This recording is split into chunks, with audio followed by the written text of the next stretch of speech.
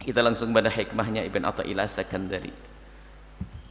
Qala al-musannif rahimallahu ta'ala nafa'anna Allah bihi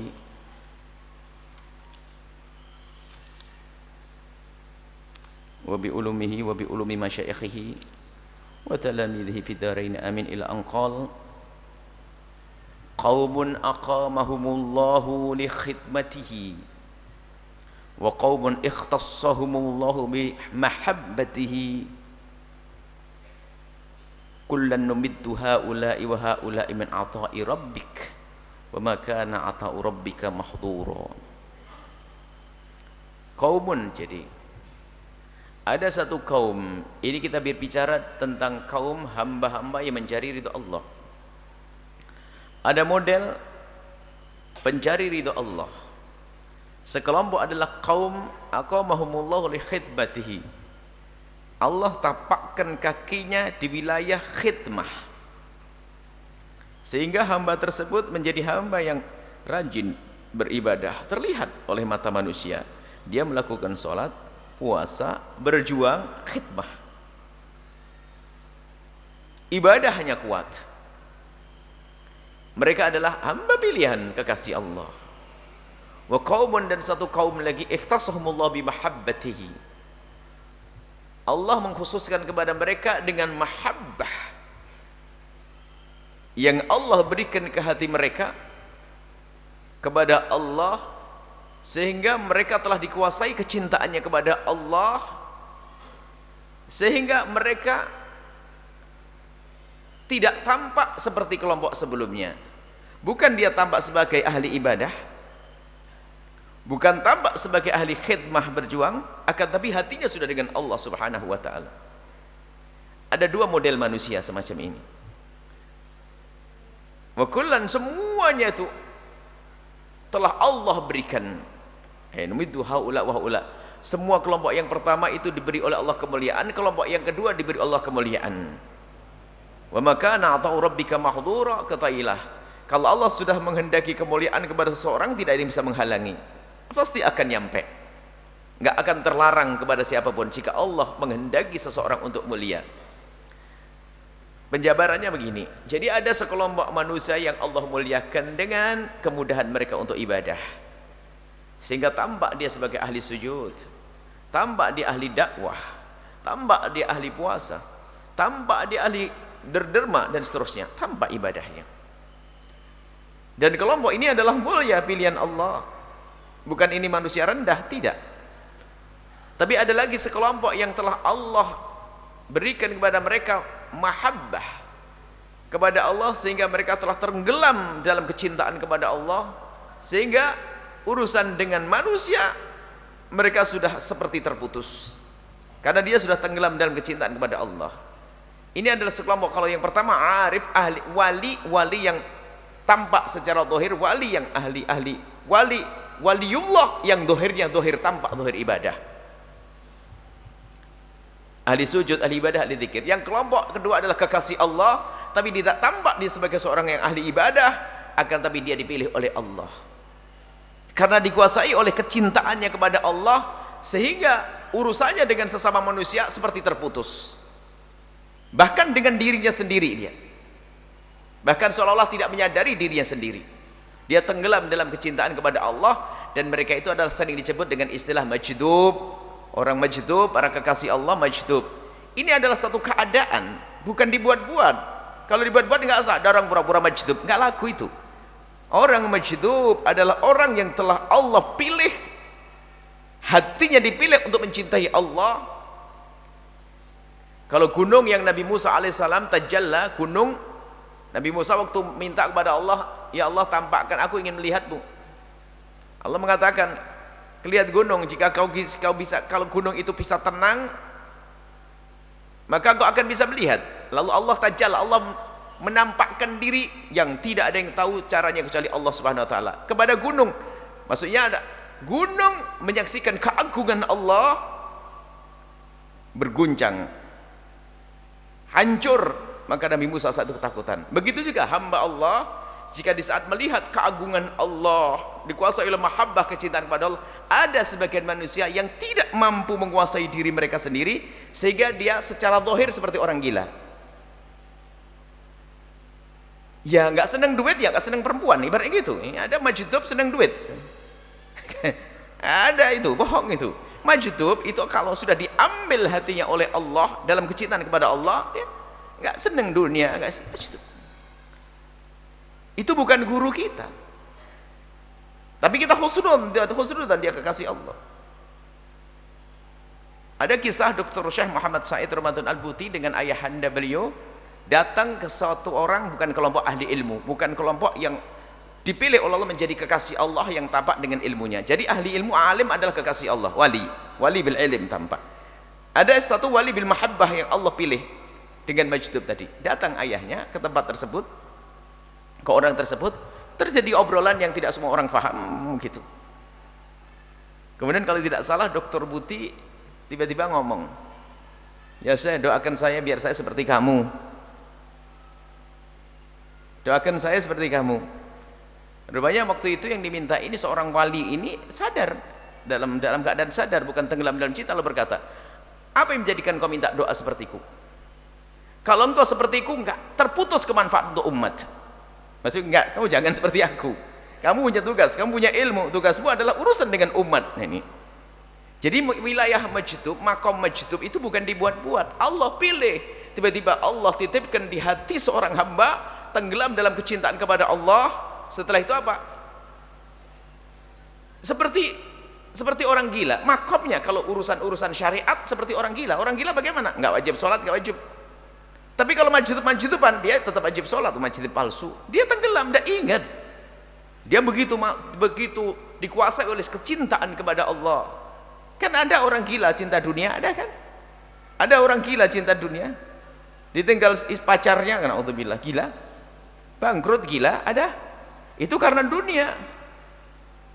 Tapi ada orang dikuasai oleh kecintaannya kepada Allah, sehingga dia adalah maqami majdub. Ini sekelompok. Sekelompok yang lain adalah diberi oleh Allah kemampuan untuk berkhidmah. Nah, ini maknanya apa?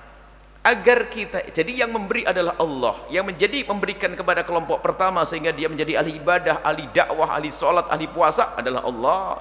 Yang memilih seorang hamba, Allah yajtabi ilahi man yasha'. Ada orang yang diambil oleh Allah sesuai dengan kehendak Allah untuk menjadi hamba yang mencintai Allah. Allah pilih man yasha' sesuai dengan Allah, apa yang Allah kehendaki. Yang memberi semua adalah Allah. Lah di sini sebenarnya ada maksud yang agung, bahasanya mari kita semuanya bisa berprasangka baik kepada siapapun. Bahkan Allah menyembunyikan kekasihnya di antara hamba-hambanya. Kita tidak tahu, mungkin tetangga kita adalah, mungkin istri Anda adalah waliullah, mungkin pembantu di rumah Anda waliullah, kekasih Allah. Supaya kita tidak mudah merendahkan orang lain, supaya kita tidak gampang mencaci orang lain. Nah, ini ada makom. Dan makom-makom tadi itu seperti makom majdub itu enggak dibuat-buat. Enggak dibuat-buat, dari memang tenggelam, enggak bisa. Saya pengen masuk makom majdub, enggak bisa. Kalau sudah diambil oleh Allah, dimasuk wilayah itu sudah lupa dunia, lupa ini. Enggak mau urusan dunia. Kalau memang sudah masuk wilayah tersebut, bukan dibuat-buat. Baik, karena wilayah itu sebab Allah yajtabi ilaihi. Yajtabi ilaihi, Allah pilih sesuka hati.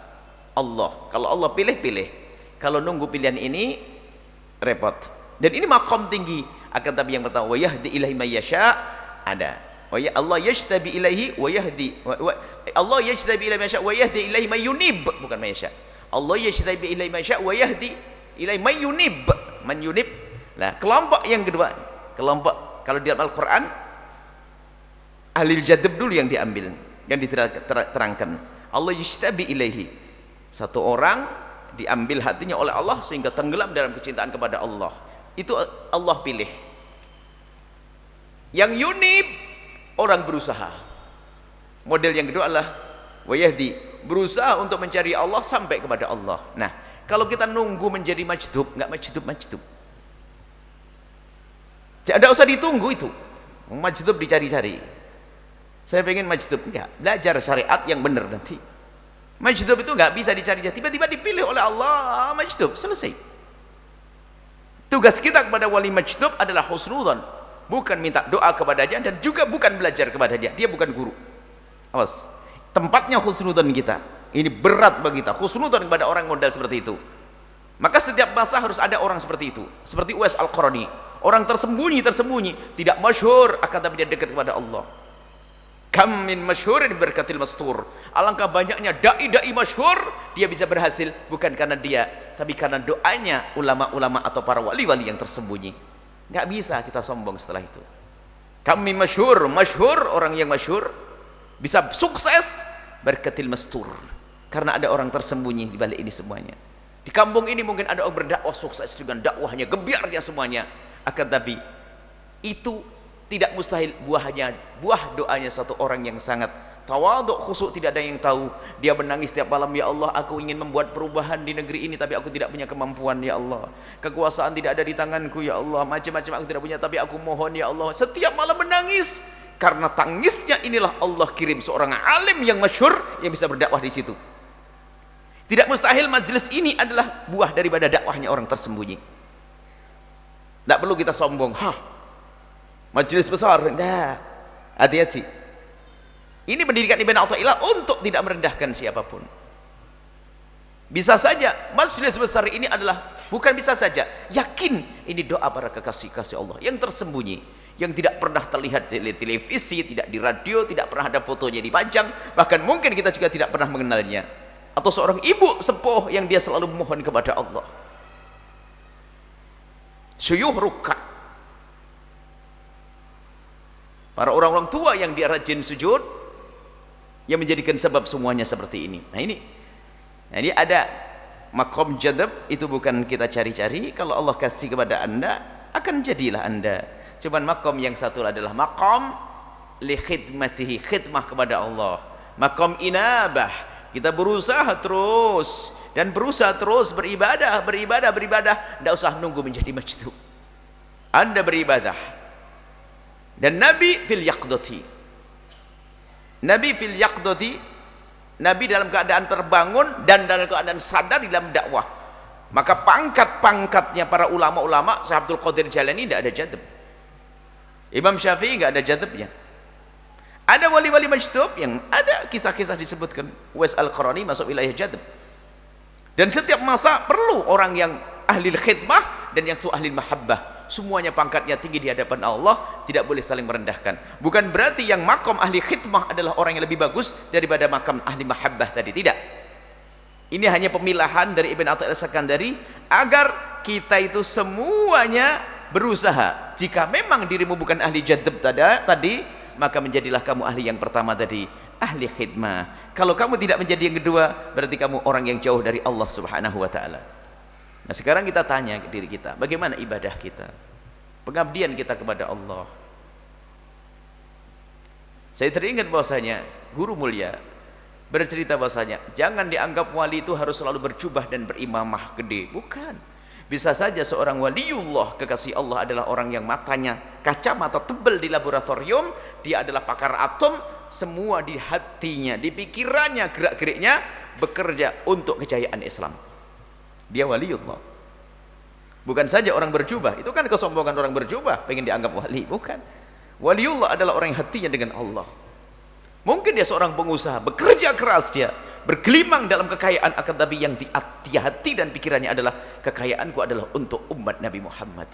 Waliullah.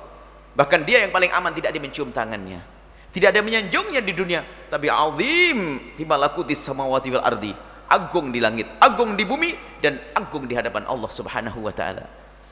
Ayo, ini yang kita inginkan, berlomba kita di sini untuk menjadi qaumun aqamahullahu li khidmatihi. Bagaimana kita menjadi hamba yang dipilih oleh Allah untuk menjadi ahli khidmahnya Allah. Khidmah dengan apa? Dengan apa yang kita miliki. Kalau kita tidak punya apa-apa, jasad kita, dengan kita gunakan jidat untuk sujud, tangan untuk menolong orang lain, kaki untuk semua untuk kita gunakan untuk khidmah, untuk umat Nabi Muhammad SAW, untuk Allah Subhanahu wa ta'ala. Ini adalah para kekasih Allah juga. Ini makom. Nah, di sana ada memang pengelompokan-kelompokan bagi orang yang tidak faham. Di saat pembedaan bukan berarti lebih bagus. Mana lebih bagus antara ini? Sampai para ahli tasawuf mengatakan gambarannya orang ini adalah seperti buah, fakihah, buah. Ada pisang, ada apel, semuanya. Mana yang lebih bagus antara pisang dengan apel? Itu kan selera saja ya. Yang hobi pisang mengatakan pisang lebih bagus. Semuanya bagus. Jadi ada yang Allah beri dengan karunia, maka atau rabbuka mahdzur. Allah memberikan seseorang, Allah memilih seorang hamba untuk menjadi kekasihnya dengan apa? Dengan hartanya. Lalu Allah mudahkan urusan rezekinya. Sehingga dengan rezekinya dia terus berpikir untuk kejayaan Islam. Muncullah Abdurrahman bin Auf sampai hari ini. Abdurrahman bin Auf masa sekarang. Ada orang-orang yang modelnya adalah model-model seperti Ammar bin Yasir dengan segala kekurangannya, tapi dipilih oleh Allah. Ada orang-orang yang dipilih Allah menjadi kekasih Allah, model Umar bin Abdul Aziz, jadi pemimpin yang takut kepada Allah. Jadi semuanya ini akan diberi bekal oleh Allah. Jadi tidak harus menjadi kekasih Allah, menjadi wali itu harus pakai jubah begini, bukan itu. Akan tapi bagaimana dia itu menyadari ditempatkan di mana oleh Allah. Makanya qaumun aqamahumullahu li khidmatihi, ada kaum yang memang Allah tapakkan kakinya untuk berkhidmah untuk Allah. Maka sadari khidmah untuk Allah itu adalah khidmah yang sifatnya qasirah, manfaatnya terbatas, yaitu khidmah pribadi, sujud, rukuk. Bukan itu saja khidmah. Sujud kepada Allah khidmah, sujud rukuk khidmah, puasa khidmah. Tapi khidmah bukan itu saja. Itu namanya ibadah qasirah, ibadah yang pahalanya untuk ku saja. Tapi di situ ada khidmah yang muta'addiyah, khidmah yang pahalanya terus kemana-mana, seperti yang Anda lakukan, wahai para juru dakwah, para orang-orang kaya, membangun masjid, bangun pesantren. Ini semua adalah khidmah yang sifatnya muta'addiyah, terus mengalir dan tidak ada hentinya. Ambil bagian ini. Itulah para kekasih-kekasih Allah. Dan semoga Allah memudahkan kita untuk menjadi ahli khidmah, dan semoga Allah membekali kita untuk bisa berkhidmah. Khidmah luar biasa. Bahkan dikatakan al-khidmah, kalau al-ibadah tusiluka ilal jannah, kama seperti katakan orang dengan ibadah ya masih ada ibadah menyampaikan kita pada surga, tapi ada istilah khidmah itu. Al-khidmatu tusiluka ila rabbil alamin. Dengan khidmah mempermudah engkau untuk sampai kepada Allah Subhanahu wa taala. Jadi ayo kita semuanya khidmah. Kita arahkan kepada khidmah zaman sekarang, model zaman ini. Sujud tengah malam iya, pribadi antara kita dengan Allah. Puasa iya, zikir iya. Akan tapi mari kita ambil bagian khidmah yang lebih luas manfaatnya, yaitu khidmah untuk umat Nabi Muhammad SAW. Maka ketahuilah Anda masuk maqam wilayah ahli khidmah, bukan ahli mahabbah yang tadi. Mana yang lebih agung? Semuanya agung di hadapan Allah Subhanahu wa taala. Jangan menunggu menjadi ahli majdub tadi. Yang majdub senang duit. Orang majdub kekasih Allah. Dan kita menemukan orang majdub, pernah menemukan orang majdub beneran. Coba kasih duit segenggam, kasih orang di belakangnya. Ini majdub masih senang duit. Majdub-majduban ini repot hari ini. Makanya ahli khidmah tadi menegakkan syariat. Maka orang yang wilayah majdub, kalau ternyata ada pelanggarannya, dihukum hukum syariah. Seperti Hallaj, tenggelam dalam kecintaan kepada Allah sehingga tidak melihat kecuali Allah. Dia tidak melihat dirinya sendiri. Waktu ditanya apa yang ada dalam bajumu, dia mengatakan Allah. Maka Hallaj dipenggal lehernya oleh pedang syariat. Makanya kalau ada orang zaman sekarang kok ngaku majdub, ngomong nggak bener, penggal dulu lehernya, nanti jadi waliullah baru. Makanya jangan ngomong yang enggak lalu dikatakan wali. Ya dikatakan wali kan sudah terbukti kayak Hallaj. Sekarang ada orang ngelantur, ngomongnya keluar syariat, ngelanggar agama, nggak karu-karuan, akan dibilang wali. Boleh dibilang wali, hukum dulu dengan pedang syariat. Baru setelah nanti kok darahnya mengalir la ilallah, baru kita husnudon. Jangan syariat dibikin main-main. Haram ya haram sudah. Dosa ya dosa. Wong sudah melakukan pelanggaran syariat dibilang wali. Nggak ada wali melanggar syariat. Kalau wali ahli. Kalau wali sadar. Kalau wali majdub nggak senang duit, nggak senang mobil, nggak senang Ini sekarang, mari ayo kita tidak usah membahas masalah wilayah Mujtubin. Bukan bagianmu, bukan bagianku. Ini orang khusus yang dipilih oleh Allah dan disembunyikan oleh Allah Subhanahu wa taala. Kita masuk wilayah ahli khidmah. Yuk kita benahi hubungan kita dengan Allah. Satu. Kemudian hubungan dengan manusia. Apa yang bisa kita berbuat untuk manusia umat Nabi Muhammad? Dan manusia pun martabatnya berbeda-beda. Ada martabatnya agung sekali di hadapan kita, ibunda, ayahanda, saudara, istri, suami. Yang ini sebelum orang lain. Ku anfusakum wa ahlikum nar. Kita berangkat dari kerabat dahulu, kita berangkat dari orang tua dulu.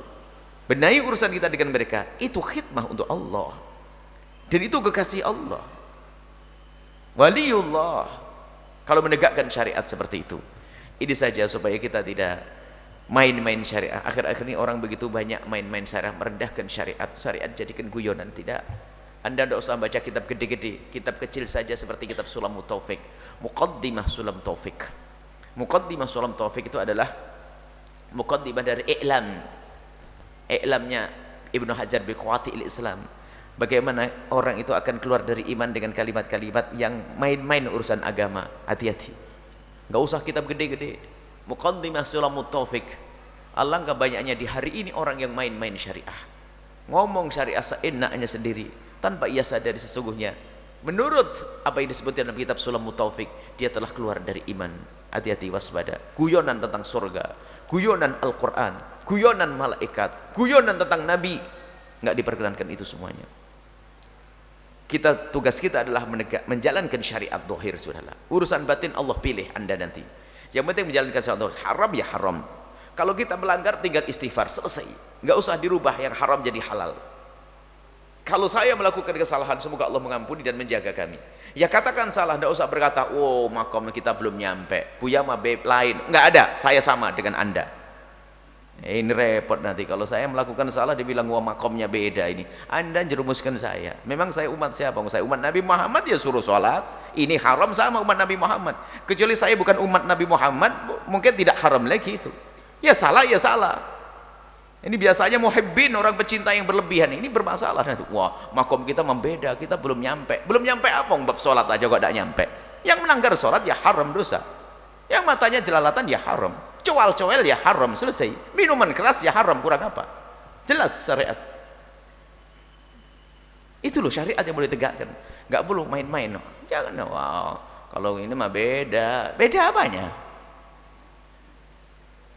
Ada subhanallah ya minal suatu ketika, suatu hari ada satu anaknya kiai, semoga Allah mengampuni. Kalau kiainya masya Allah di surga, cuma anaknya sendiri aneh waktu itu.